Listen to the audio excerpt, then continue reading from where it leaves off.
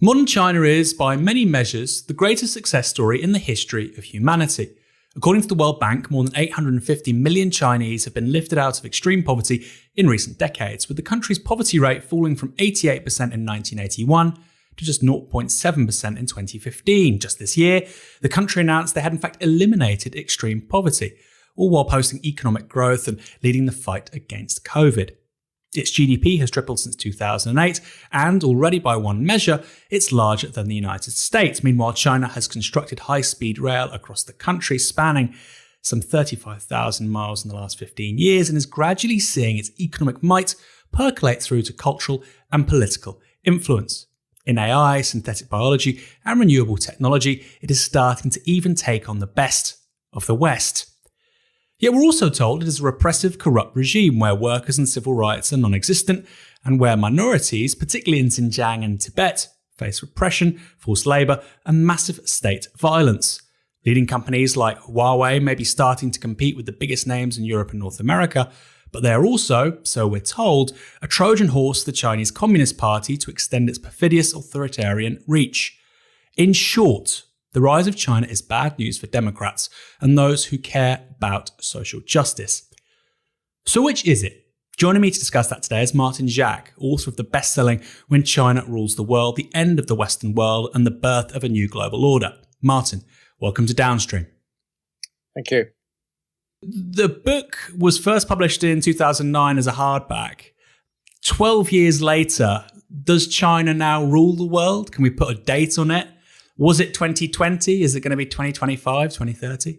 I don't think we can really. I mean, I never meant the title literally. I just meant it as a sort of, a sort of metaphor, if you like, drawing on a popular proposition, if I rule the world and so on and all that kind of thing, to dramatize in a way just the extraordinary rise of China that's been taking place. And I think the world is now, in varying degrees, very aware of this phenomenon. But actually putting a date on, let's say, when will China become, let's say, the most influential country in the world, I'd find that very difficult to, in two senses. One, there's a conceptual argument about what that means. And secondly, then placing a date on that would be equally, if not more, difficult. I would put it like this, that China is already more or less on a par with the United States economically, but it depends how you measure it. But I think probably it's actually already, in terms of its size and reach, has already overtaken the United States. Certainly by primary purchasing power definition of GDP, which I think in this context is definitely the more important measure. And by 2030, China is likely to be something like probably pushing twice the size of the United States. And that's not so far off. That's only, less than a decade away. We can all see as well now, whereas when my book came out, people didn't really know how to think about this, weren't even thinking in this way. But we can also see how China's influence in the world, in all sorts of ways, is growing. And I think that it helps to think of this in a slightly bifurcated way. In the developing world, China's influence has grown apace. And we should always remember that the developing world accounts for 85% of the world's population. So most of the world lives in the developing world. And China rightly still regards itself as primarily a developing country, although parts of it, of course, are already of developed status.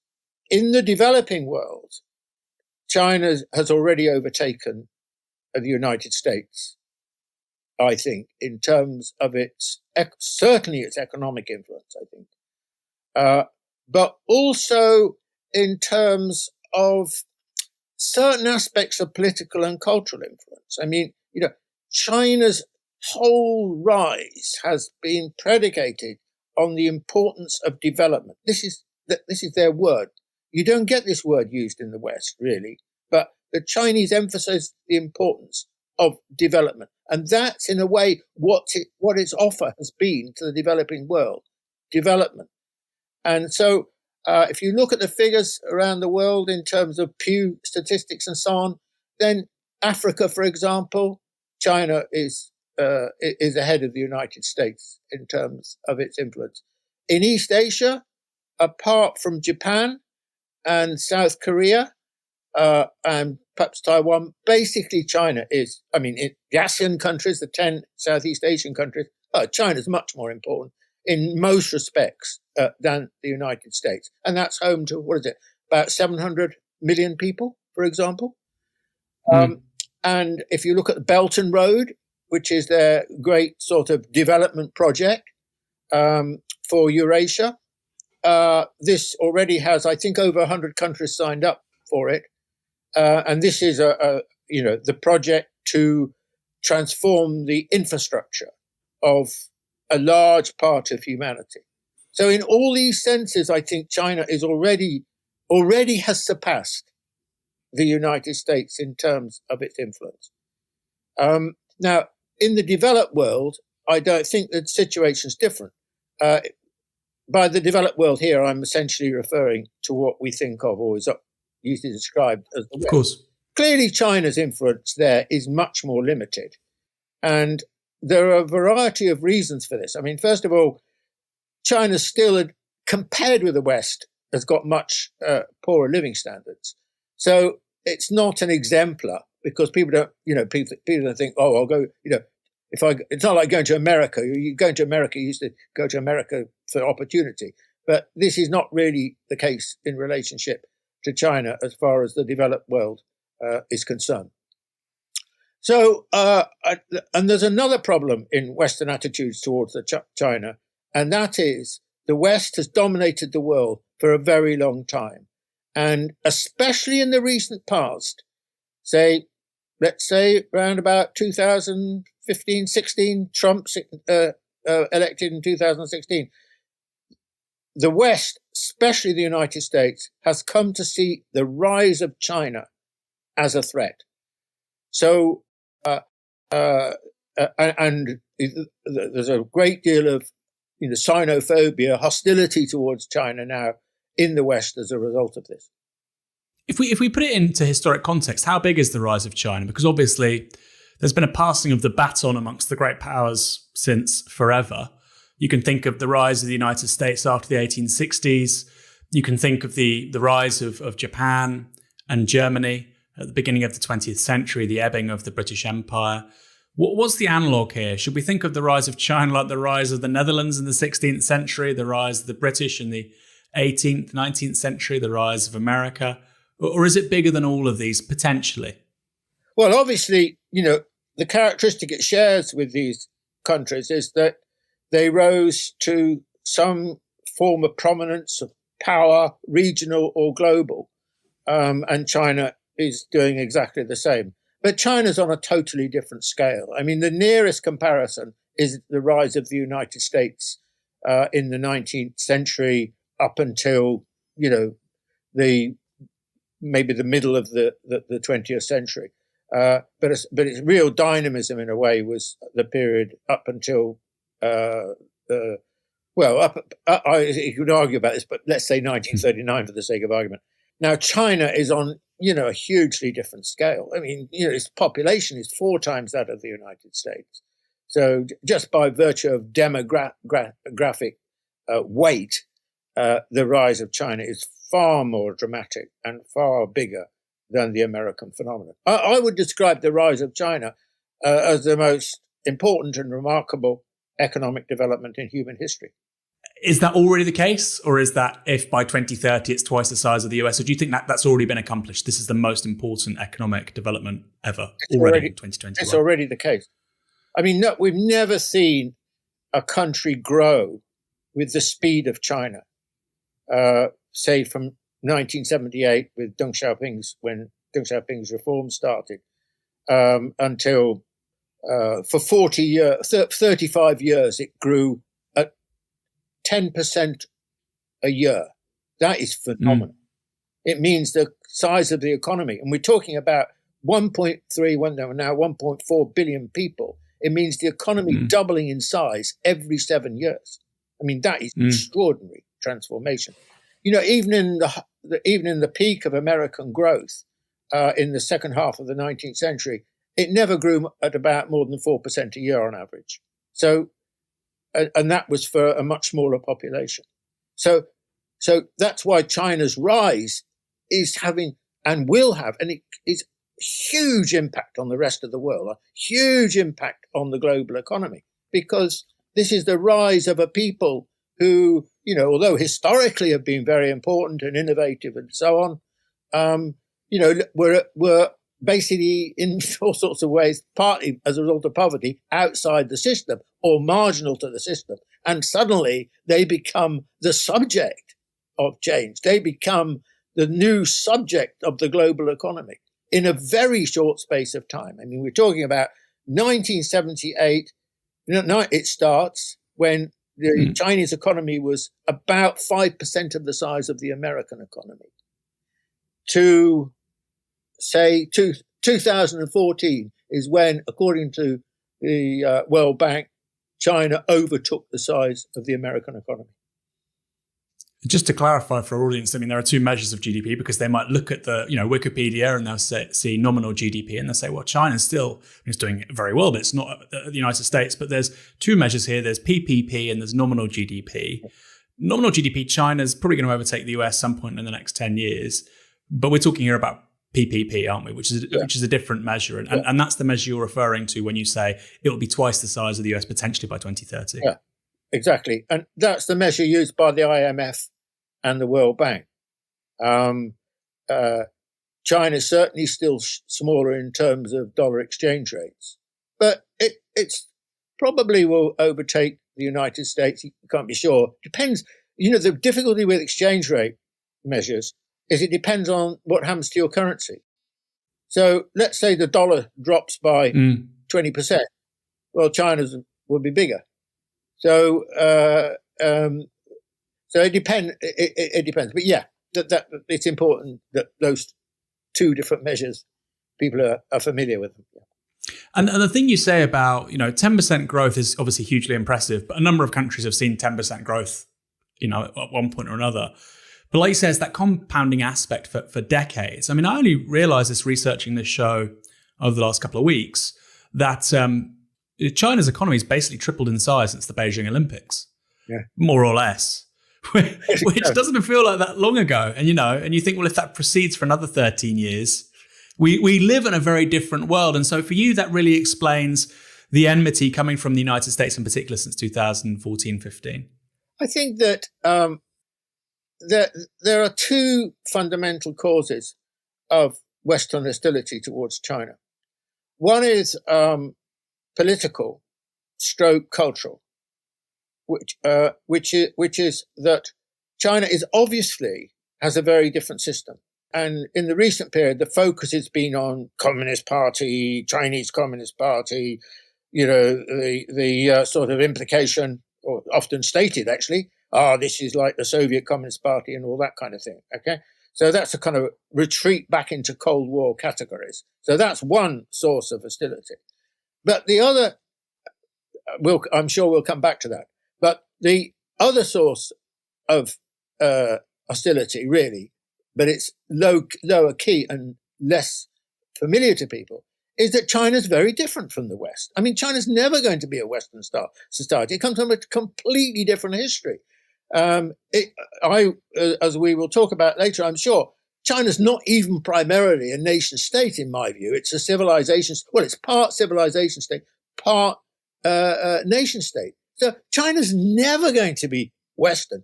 And the West finds this impossible to believe or understand, because its whole notion has been a universalistic notion that the world will become and should be like us. We are the template. We are the model. And they're finding this extraordinarily difficult to understand. As a result, the level of understanding in the West about China, including not least the elites, is abysmal. If you're enjoying this interview and would like to see more like it, go to novaramedia.com/support. We only exist thanks to the generosity of our supporters. You can make a one-off payment or you can become an ongoing supporter. Either is fine, and we are incredibly grateful to everybody who helps us keep going. It's only thanks to your kindness that Novara Media even exists. Now, on with the interview. And so that category of nation state and civilization state, can you just kind of explain that a little bit? Yeah, what's the difference between the two? I mean, the phenomenon of the nation state is relatively recent. I mean, it still sort of starts with the Treaty of Westphalia in the 17th century. But really, the rise of nation states was primarily a 19th century phenomenon. It's when empires like the Austro-Hungarian Empire and so on broke up and into nation states. And the nation states had very clear borders, and it was essentially a system which rested on a dominant race, a dominant ethnic group, and so there was a kind of intolerance, if you like, that went with the emergence of the nation state that people don't talk about, but it was empires. In empires, you had many different peoples with many different languages, different religions, different races living alongside each other. That came to an end with the nation state. Now, China's history has been China has a very, very long history. I mean, it's as a modern polity, it's certainly existed since 221 BC, when the Qin dynasty succeeded in uniting what became China, if you like, eventually modern day China. But China's actually existed a lot longer than 2,000 years because its civilization is so old and has had a sort of remarkable coherence given one's going back so long in history. And the Chinese the Chinese did eventually were required to think of themselves as a nation state. That was at the end of the 19th century because this was a century of humiliation. China was very weak in the world, being carved up by Europe and Western and United States and so on. And it was forced in that situation to accept the kind of European template, as it was, of the international system. So, it started having embassies around the world, trying to draw some borders and so on, right? But actually, if you look at what the way the Chinese think about themselves and what matters about China and what is distinctive about China, the relationship between state, very distinctive relationship between state and society, the importance of Confucian values, if you look at the language, if you look at the nature of the Chinese family, all of these things date back way before the end of the 19th century. They date back, over 2,000 years or more in many respects. So China, the modern China has grown out of Chinese civilization, whereas you wouldn't really say that of Western countries, any of the Western countries in the same way. And Western countries, their sense of identity is about national identity. That's not really true for China. The primary source is Chinese civilization. So to understand China, I think you've got to think of it in a very, very different way. You've got to rethink history. History has always been the history of the West. Sorry, that's over. You cannot think of the world in the same way. And of course, in the West, we're so ill-equipped because hardly anyone's ever studied in China at all. So they don't know anything about its history. And they easily, it's so easy to say, Communist Party, because we know about that Cold War. Oh, yeah, well, I remember that. So let's think of China in those terms. Yeah. I'm sorry, you just can't make sense of China like that. This is just a kind of chauvinistic ignorance. Yeah, I mean, it's interesting you say that because at the moment I'm reading a lot about as well what happened in the Western Hemisphere after the late 15th century.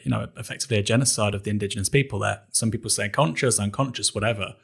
It was clearly a bit of both. I mean, you don't need to talk about intentionality with the numbers involved.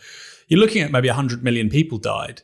And I didn't know this, but the island of Hispaniola, you're looking at a population of between 100,000 and 8 million is the top number. The capital of the most powerful empire there, Tenochtitlan, had a population of apparently 5 times bigger than Seville. And actually, at the same time as all that's happening, something very similar is existing in China. So you have Zhenghe with these giant ships, far bigger than the ships that Christopher Columbus had, discovering the Americas. And yet, like you say, that's completely absent in Western education. Let's stick with that for a second. I want to come back to the civilization state thing. Do you think that's going to have to become now necessarily a part of kind of the Western curriculum to talk about Chinese history, the history of the Western Hemisphere, non-European histories? Do you think that's inevitable if we want to remain relatively well-informed world citizens, or do you think that will be foreclosed by this chauvinism, as you call it? Well, I think that reality, the location of power, the sheer importance of China and increasingly other developing countries like India and so on will force in the West a requirement to know about in this instance about China. I think this will be irresistible in the longer run, but it's going to be very, very difficult because there's this kind of chauvinism, we don't even want to look at our own history. If you listen to Boris Johnson, everything's frozen in time. This is part of our history, as if actually history is never frozen, because history always lives in a dialectical relationship with the present. So your history is always changing. The way we study history now is different from the way we'll study it in 20 years' time. It's not frozen at all. It's a living organism. And I think you say about, because you're not just talking about China, you're also talking about, you said, the ASEAN countries, which is this group of countries, including, South Korea, Taiwan, Vietnam, Thailand. And I think often in the conversation about China, that group of countries is also ignored because Indonesia, Philippines, you're looking at a huge market in the 21st century. You're looking at a huge GDP between them. You're looking at massive natural resources and so on. And for all of them, China is the biggest trading partner. It's not the United States, it's China. In that conversation of ASEAN, do you think that there's a little bit more of an informed conversation going on, or do you think it's just as ignorant as when they talk about China? I think it's still very ignorant because it's a long way away and we don't have that much to do with these countries. British trade for this is not, and it's not very important for the UK. So, and we don't know, if you asked people, what's ASEAN? They probably wouldn't really be able to tell you. Mm. The most they'd be able to say is, it's 10 countries. But but what is ASEAN? What is the nature of ASEAN? You can probably tell me something about the European Union, but can you tell me how ASEAN is similar to and different from the European Union? And I think very few people would be able to give you an answer to that. There are obviously people who study it, or diplomats or academics and so on, but even them, if you listen to them, sometimes are quite ignorant about it. ASEAN, you're right, is in my view, ASEAN is extremely important because actually, modern Chinese diplomacy post-Deng started with ASEAN, in my view. The Chinese made a crucial approach to ASEAN, which was in many ways very un-Chinese, which was to say, basically, look, let's have a relationship and we'll do it on your terms. We'll use your template. And that was the beginning of ASEAN +1. And then Japan and South Korea came on board a bit later, ASEAN +3. And the new RCEP agreement of 18 countries is, the template for that is ASEAN. ASEAN has been the driver of it more than China, although, of course, China's absolutely critical to it. So there's a very special relationship between ASEAN and China, which is very, very, very important. And interesting, you see, Japan and South Korea in Northeast Asia are involved with it, but not like China. Yeah, it's just huge. These are trillions of dollars worth of economic value there, and I think it's just, again, we're talking about China, like you say, because of the Cold War kind of motifs, but then the rest of East Asia, Northeast Asia, Southeast Asia kind of gets ignored. Going back to the civilization state. Can I just sorry, go on. When you say emphasize the importance of East Asia, by which we mean here, I think China and ASEAN and Japan and South Korea and Taiwan. Okay. Now, this is now the largest region in the world economically. It's bigger than Europe. It's bigger than North America. This is the driver of the economic driver of the future. And so the whole region is in motion. And, so you've got to understand the rise of China in these regional terms, not just as China, but in the regional terms. And China, as you mentioned earlier, the biggest trading partner of all of these countries, including Japan and South Korea, is China. Not the United States. The United States is less and less important. The United States has been in extraordinary rapid decline economically in the most important economic region in the world. That more or less tells you all you need to know about what the future is going to be like. Yeah. I mean, Vietnam, I think, is a population of around 100 million. Yep. Thailand, I think 70, 80 million. We're talking about lots of people. Philippines, 108 million. Yeah. Huge numbers of people. I mean, bigger than any European country. Indonesia, 260 million. So it's a massive thing. Going back to the civilization state aspect, I mean, I suppose the counter argument would be, Martin, civilization state, that sounds remarkably similar to Samuel Huntington, The Clash of Civilizations. Are you not essentializing Chinese culture? Are you, is that fundamentally at odds with an idea of human rights? And I suppose you said the point about empire, and actually I do agree with you, and I don't think it's talked about nearly enough. The Ottoman Empire was more progressive than what came after it, for instance. The Austro-Habsburg Empire was very progressive in many ways in terms of multicultural toleration and so on.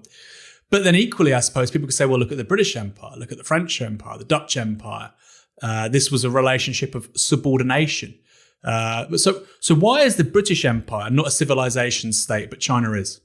Well, I mean, the British Empire was, stretched around the world. I mean, it came to account for about a quarter of the world's population and a quarter of the world's landmass. But we're talking about a tiny island off the northwest coast of Europe. So its relationship with these countries was based on, and it was made possible by the nature of the times, of course, was based on one of subordination. And Britain basically, conquered these territories, sometimes with a lot of force, sometimes not with not much force, and required them to be, based on the British model in varying degrees, not always exactly the same, but that was the notion. And the Queen or the King was the King or Queen of Great Britain. So that was a very different relationship to, the growth of the Austro-Hungarian Empire or the German Confederation or even the Russian, the Russian kind of the Russian the Tsarist Empire and so on. So I think that the problem with the British Empire, of course, the other thing that's very important to emphasize is race in the context of the British Empire, because it was based on white supremacy, on white superiority. It was conquering lands that were not white. I mean, today Europe's population is only about 10% of the world, but in that time it was about 20%. But all the countries of the empire were originally not white. North America was not white. North America had its native population. Likewise, Canada, likewise, Australia, and so on. So I think one of the worst features of empire and it wasn't just Britain that did it, but we're talking about Britain for the moment, was the way in which the native populations of these countries were, by a combination of extermination and disease, were essentially, it was a supreme act of genocide, wasn't it? I mean, people go on about genocide now, so let's start with the creation of the United States. Let's talk about Australia. I mean, I think that the barbarism involved in Europe's expansion across the world, the British Empire, the French Empire, the Dutch Empire, and so on, is something that we are still to confront in the West. Yeah. I mean, it's that's for another show, but yeah, some of the stories, the Tasmanian genocide, the first kind of documented genocide that we know of, for instance, it's just, you read some of the stories about it, the reduction of an entire population effectively down to 2 people in the end, really, really sad. And like you say, the worst thing of all is, yes, it's history, but it's not been confronted by us and as Europeans particularly. But you said the British Empire is premised on an idea of white supremacy. I think that's inarguable. But again, the counter argument would be, well, this civilization state that you were talking about from China, that itself is based upon a form of racial supremacy, Han supremacy, the Middle Kingdom, the Chinese nation being effectively elevated above all others. Is that a fair analogue, or do you think people are kind of mischaracterizing any similarities? No, I don't think it is a fair. I think it's much more complex what happens. I mean, first of all, you're talking about a continent. You're not talking about another continent. I mean, we're talking about the British Empire. The British India, the United States. They were traveling, crossing across oceans. The expansion of Europe was a global expansion. It wasn't. It wasn't an expansion simply within the European context, which would have been true, for example, of the Austro-Hungarian Empire. So there's this fundamental difference. And I would underline this very strongly, that actually China, unlike Europe, did not seek to expand across the world. It had international system, a relationship, the tributary system, but it was neither military, political. It was primarily economic and to some extent cultural in terms of Confucian values and so on.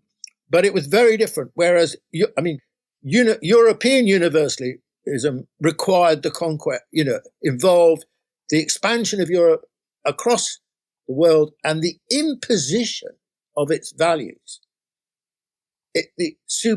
The notion of white superiority, the importance of Christianity, the missionary spirit, and so on. That's very, very different from what happened in China. And the second point is this about race. You see,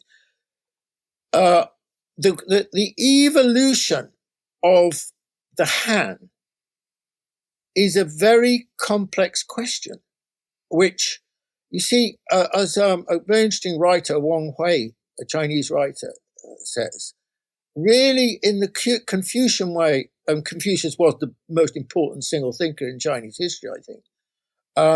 The notion of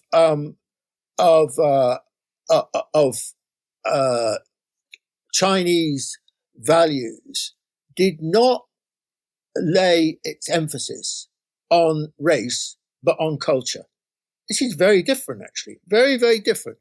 So it was about, what sort of culture that China would have and so on. And this is, if you want to see the unifying bond of China, this is the unifying bond of China. A notion of cultural identity and coherence based on Confucian values. That's the cement that holds China together. It's not about race, not primarily about race. So what about the Han? Well, actually, the phrase Han only started to be used, as far as I recall, in the late 19th century, probably partly because of Western intervention and carving up of China, and partly because during that period, as China went down, the Qing dynasty started to become more and more popular. And of course, the Qing dynasty was not a Chinese dynasty in traditional sense. It was a Manchu dynasty. It came from Manchuria.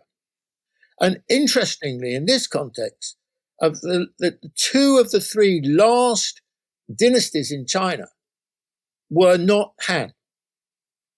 They were the Yuan, which was essentially Mongolian. Then you had the Ming dynasty, which people have probably heard of, which was Chinese, or Han, or whatever you want to call it. And then you had the Qing dynasty, which eventually fell in 1911. So you got an extraordinary mix, complex, very different from the European or Western traditions taking place here. So today we come to today. So who are the Han? Well, actually, not about 93% of Chinese call themselves Han. Now, of course, that as a racial category is meaningless because, China comes from countless different races. But the historical process of the creation of modern China, very complicated to understand it or really come to terms with it, is a process of the way in which the Chinese acquired an identity. The vast majority of them acquired an identity called Han.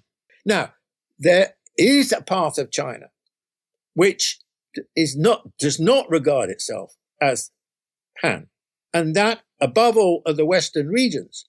Now, the Western regions, we're talking here about Qinghai, and especially for Western audiences, Tibet and Xinjiang province. Now, these were later additions to China.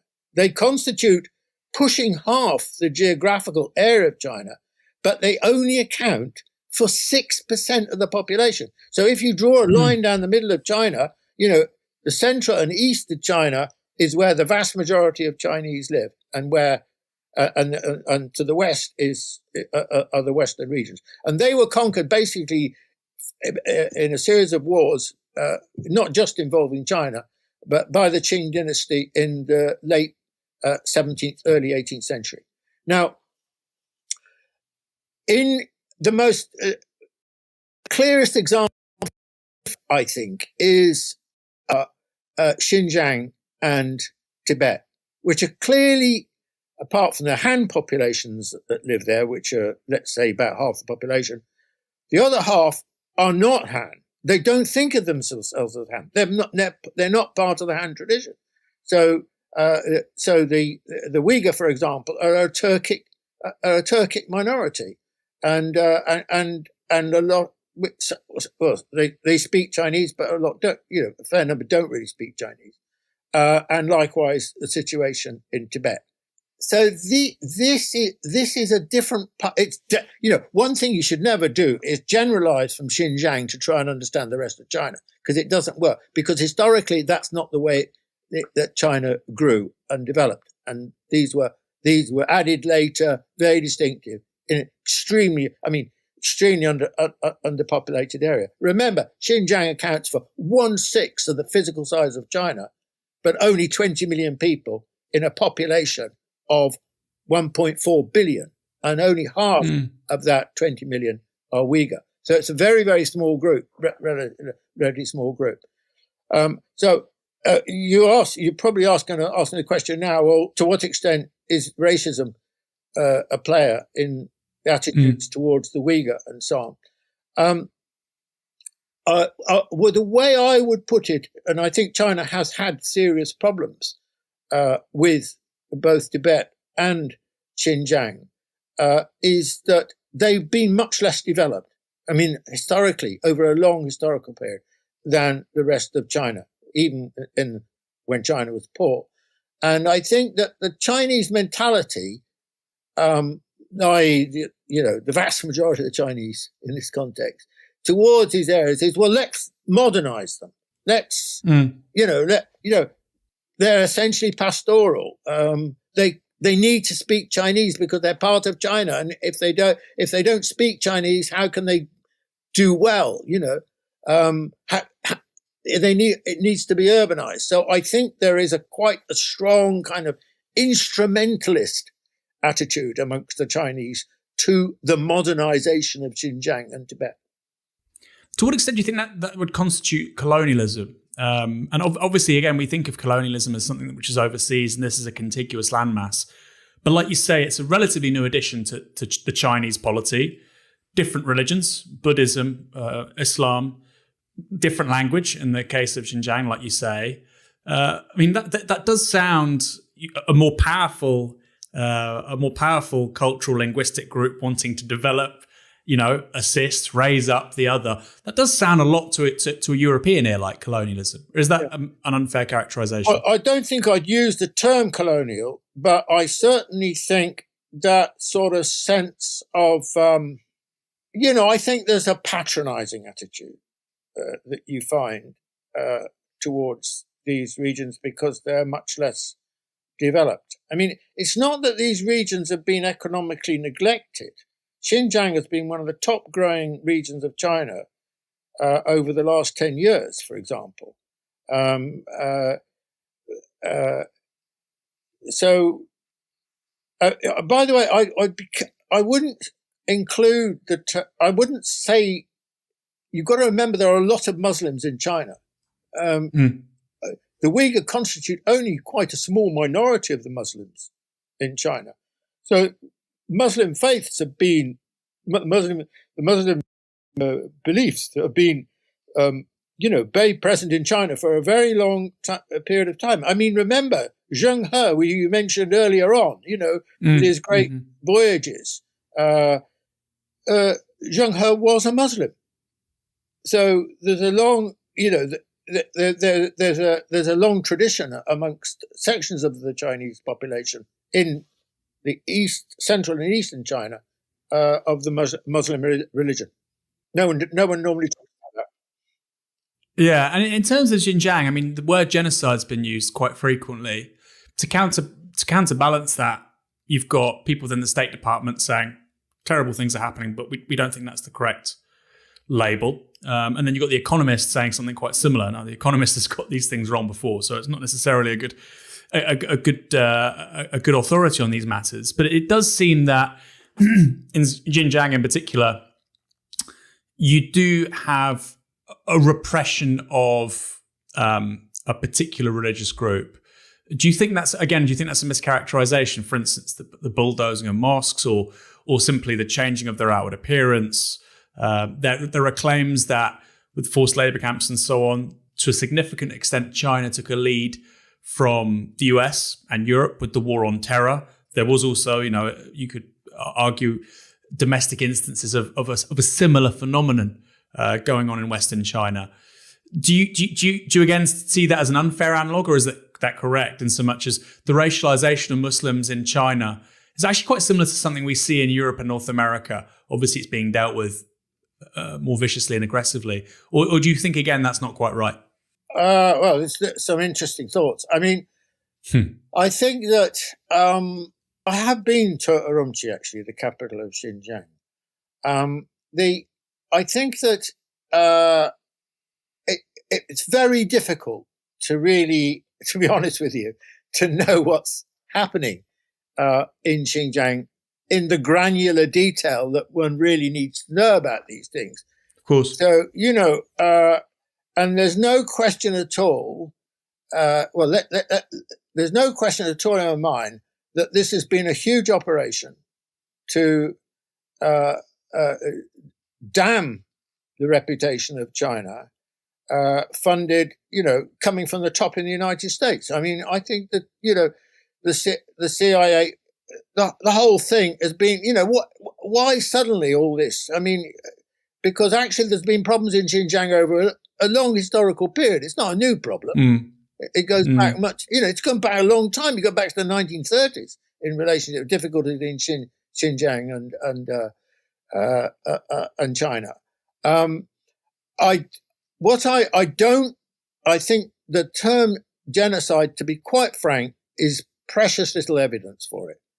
I mean, people ban this term around now, and they're now cheapening genocide does mean something. It meant something in the 1930s. It meant something in North America with the extermination of the native population there. Likewise, what happened to the Aboriginals in Australia. Likewise, what happened in Rwanda. But these were on a huge scale. Do I really think that's happening in China, in Xinjiang? No, I don't.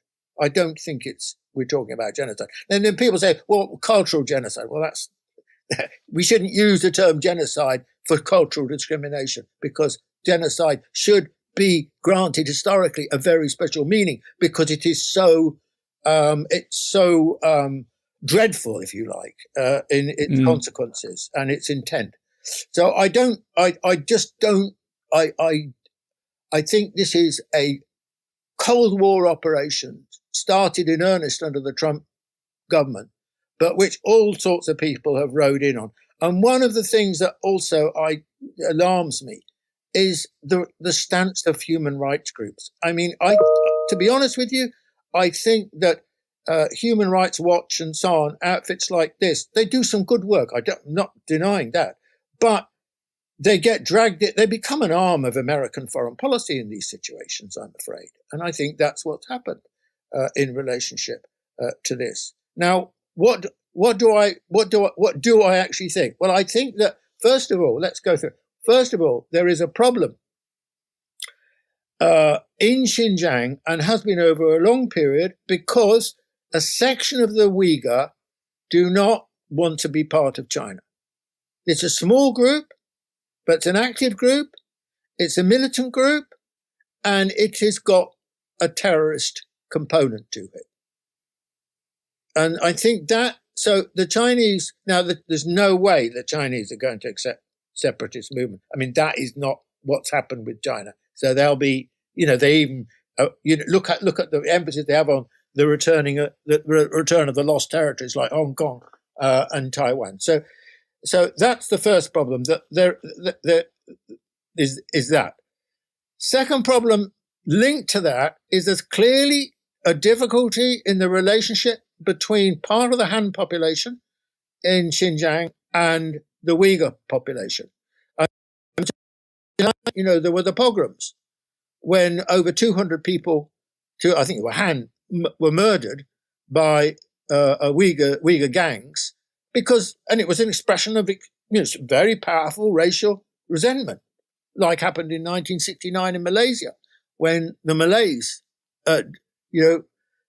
killed a lot of ordinary Malays, killed a lot of ordinary Chinese, who were a substantial minority of the population. So I think that's another component of the problem. Now, the third problem is that the question of different religion, different ethnicity, different language, and a feeling on the part of the Uyghurs that they are not properly respected. And I think I've always thought there is some foundation to this problem. Indeed, Hu Yaobang, who was General Secretary of the Communist Party under Deng Xiaoping, he died just before Tiananmen Square, and he said to the Tibetans, it was in this case, but I think the same problem, more or less, is a parallel problem exists as the Xinjiang up to a point. There's no terrorist problem or separatist problem in Tibet. We have granted your culture and we have granted your religion insufficient respect and insufficient rights. I think that's probably true of Xinjiang today.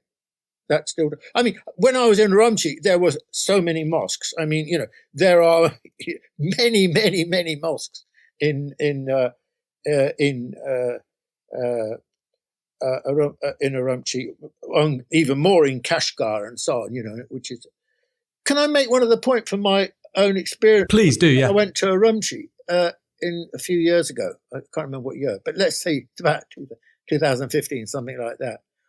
And when I was walking around Urumqi, I mean, one thing that really struck me, which did indicate a significant security problem, was that, you got to walk around. It's a very modern city. And glass and steel Chinese city, modern Chinese city. But if you go around a corner, and you'll suddenly see, you see very few police. And then you go around a corner. You never see any policemen in most of China ever. But you go around a corner and there is what we would call like an armed vehicle, an armed personnel vehicle. In most countries, it would be it's the police. But it's an armed police in China. And I saw this several times walking around. You might be in a shopping area, for example. And what it reminded me of was my visits to Belfast in the 1970s. In other words, that speaks to us. There is a serious problem, and there is a terrorist problem. There is a terrorist problem. There's a problem of law and order. There's a terrorist problem. Now, by using the word terrorist, I don't want to deny the Uyghur. I don't want to say all Uyghur are terrorists, because that's nonsense. They're not. But terrorist groups are, they, as in Ireland, had, a legitimacy, and so. But that was a really graphic illustration for me that there is an underlying problem of security and order and stability in Xinjiang. Sticking with Ireland, though, I mean, I suppose the counterpoint is, well, in Ireland there was ultimately a political solution, and there's the Good Friday Agreement. And if one day people in Ireland want to unify the North with the South, that there's a process for that. And, I'm the first to criticise Britain or countries in Europe and North America, big W Western values. But the right to self-determination is something that is generally observed, the exception of Catalonia. But, for instance, Scotland had a referendum on independence in 2014. It does feel like, again, that the idea of self-determination is at odds with quote-unquote Confucian values. And so it can feel that it can tend towards quite an authoritarian kind of politics, identity, subjectivity. Do you see what I mean? You've got 1.4 billion people and there isn't necessarily a right to self-determination, or even there isn't a political vehicle for even just greater autonomy. I mean, isn't that quite dangerous? It depends how it's interpreted. I mean, of course, this has been true over a very long historical period. I mean, the extraordinary thing about China is that, it's this huge continent of a country, and it's existed basically in more or less this shape, sometimes bigger, sometimes smaller, for 2,000 years. So there are very powerful centripetal forces that hold China together, which I can't think of another country in the world where you can really say this. And this has been through thick and thin. I mean, the bad times, like the 19th century, then there were very powerful centrifugal forces, and parts of China were chipped off. I mean, Taiwan, Hong Kong, that's when they went. As a result of foreign invasion, Japanese in the instance of Taiwan, and the British in the instance of Hong Kong. But one way or another, China does exist in this very, basically, given its size, extraordinarily cohesive and centripetal form, despite its size. And I think that's something in the West is very, very difficult for us to understand, because it goes against so much of our own historical grain. And it's not been achieved simply through authoritarian, despotism, etc. That's not true. Let's stick with that for a second. The focus is often on dissent. I mean, we just talked about dissent in Xinjiang and Tibet, but there's also a great deal of consent, as you've just talked about there, for the Chinese state. Pew Research, you talk about this in your book. It's old data now from 2010. but it's more or less, if anything, it's actually intensified in the intervening period. Chinese are generally very happy with their government. They're generally very optimistic in terms of their economic prospects for the future. And actually that puts them really at odds with Europe and America. Yes. Now, I suppose on the one hand, Pew Research is very credible, but then you get other people who say, well, it's China, it's a repressive authoritarian country. What else are people going to say? Of course, they're going to say the government's doing a fabulous job. You've obviously looked at a great deal of data. You've been in the country for many years, spoken to many people. Do you think that generally, on average, the average person in China is more in favor of their economic system, their government, than is the case in the United States or in Britain? Now, I don't mean support for the government as in people support the government. They don't want to overthrow the government, but they feel like the government is doing a good job at solving the problems which affect their everyday lives. I think there's absolutely no question that that is far more true of China than it is of any Western country. Because, well, who wouldn't? I mean, basically, it's been growing, until recently, a few years ago, at 10% a year, and then now more like 6% a year. And living standards have been growing at the same speed. Which Western government wouldn't die for those kind of figures? I mean, this has been the greatest period in Chinese history for the people. I mean, they've been, it's an absolutely amazing transformation. So, is it surprising that the Pew survey figures or the Harvard stuff, say, over 90% of the population is very, very happy with, is very happy with the government, very satisfied with the government. That doesn't mean they like everything about it, but broadly speaking, they're far more supportive and enthusiastic about their government than is the true in the United States or the UK or France or Germany and so on. And this, we've got to come to terms with this. You see, we think that unless these countries like China have a multi-party system and universal suffrage, then they can't be democratic and the people, therefore, can't be happy. And I'm sorry, just open your eyes. I mean, they are very happy with the country. They are very pleased with it. That doesn't mean they don't have their gripes. It doesn't mean that there's things they don't like. Of course, that is true everywhere. But this has been an extraordinarily successful political project, an economic project, a political project, a cultural project. And the sooner that's why the West doesn't understand China, because it somehow thinks, and, the papers on the left, like The Guardian, for example, or The Observer, are just as bad as the right-wing press. I can't put a piece of paper between them. I mean, they just think that unless they're like us, unless they're like a Western liberal system, then they can't be happy. They must be, the only reason they still have this system is because they're oppressed and they're denied their rights and so on. Well, I mean, the other thing is, by the way, also when it comes to personal freedom and rights, I mean, the Chinese people have experienced a huge expansion of their personal freedoms and rights since Deng Xiaoping. I mean, absolute huge. I mean, they can travel anywhere. I mean, we're not talking about the Soviet Union. They can travel everywhere, anywhere and everywhere, and do. And their education opportunities and their work opportunities and so on have been transformed. Absolutely transformed. You've only got to go on the streets of Shanghai or Beijing, etc., and you can feel it and enjoy it. I mean, this is a people that is not only very pleased with what's happened, but are hugely optimistic about the future, unlike the West. But this is very true. The thing about in order to be a polity which serves the interests of the public, which historically we would talk about as a republic, which in Britain sadly is misrepresented because, of course, republic just means not being a monarchy, but historically a republic was about serving the public interest, i.e. the people's interest. On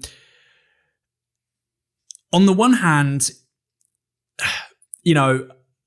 yes, I mean, I think all the data you point to in the book, and you just mentioned there, Harvard and Pew, it's all correct. But I suppose on the other hand, what are the mechanisms by which ordinary people can stop tyrannical government? Now, that's a conversation we've had in the West preceding liberal democracy. It's there in Hobbes or in Locke or in Jean Baudin. And we've talked about these ideas, or even, in antiquity, people talk about these ideas.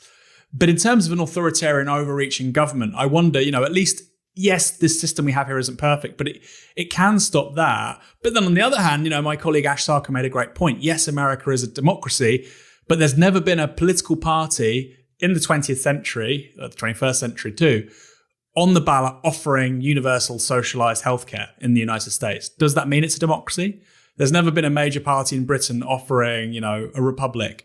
Does that mean it's a democracy? Clearly, there are costs of entry into participation and barriers to entry and so on. So I agree with you, but I'm also not quite sure. And I do feel that if we jettison a certain idea of popular government, do you not feel that could have potential downsides? Like, Tiananmen Square, for instance.